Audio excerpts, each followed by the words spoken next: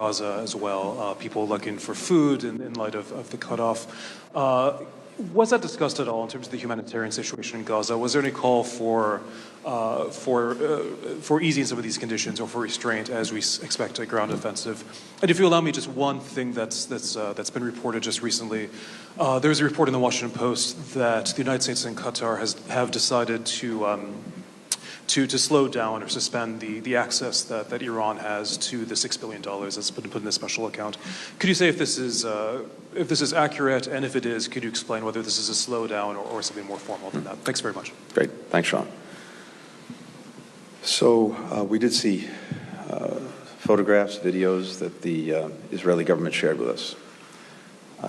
Some, I think, has actually already been seen in public media. Others were new to me, and I think new to our team.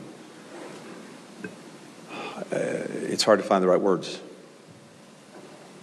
It's beyond what anyone would ever want to imagine, much less actually see and, God forbid, experience. A baby, an infant, riddled with bullets. Soldiers beheaded, young people burned alive in their cars or in their hideaway rooms. I could go on, but it's simply depravity in the worst imaginable way. It almost defies comprehension. And as I've been saying, to me, in the most immediate future, harkens back to ISIS and some of the very things we saw when it was on its rampage that thankfully was stopped.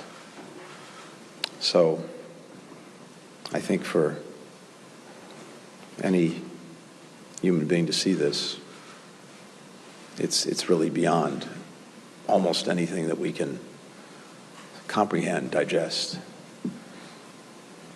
And I just add that when you see this, you try to imagine, maybe not try, you can't help but imagine yourself, your family, your loved ones, your friends in that situation, in that predicament.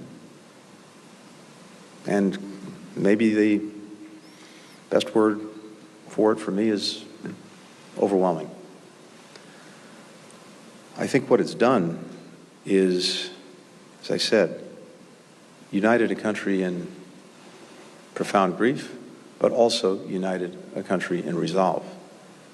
And it's imperative that the rest of us share that resolve.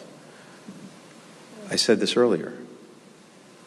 This is a moment for moral clarity. This is a moment where everyone needs to make clear that there is revulsion, disgust, and a determination not to allow this to go forward. So, images are worth 1,000 words. These images may be worth 1,000,000.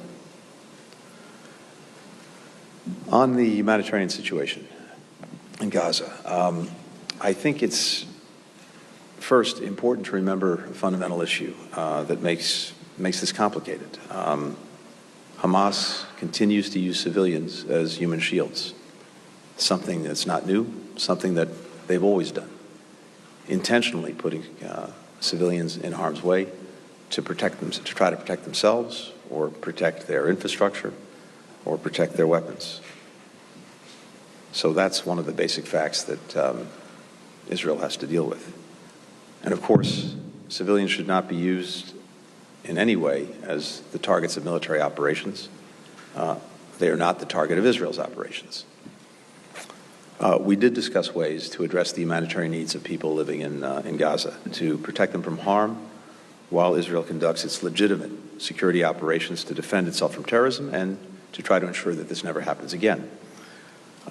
We also talked about possibilities for safe passage for civilians who want to leave or get out of the way in Gaza, and that's a conversation, a discussion that we will pursue in the coming days, including with some of the countries that we'll be visiting. So this is important, and this is an area for focus.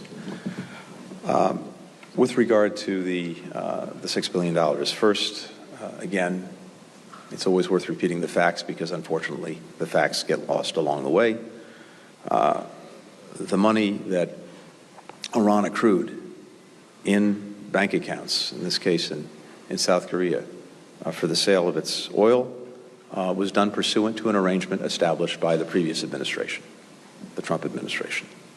None of the funds that have now gone to Qatar have actually been spent or accessed in any way by Iran. Indeed, funds from that account are overseen by the Treasury Department, can only be dispensed for humanitarian goods, food, medicine, medical equipment, and never touch Iranian hands. We have strict oversight of the funds, and we retain the right to freeze them.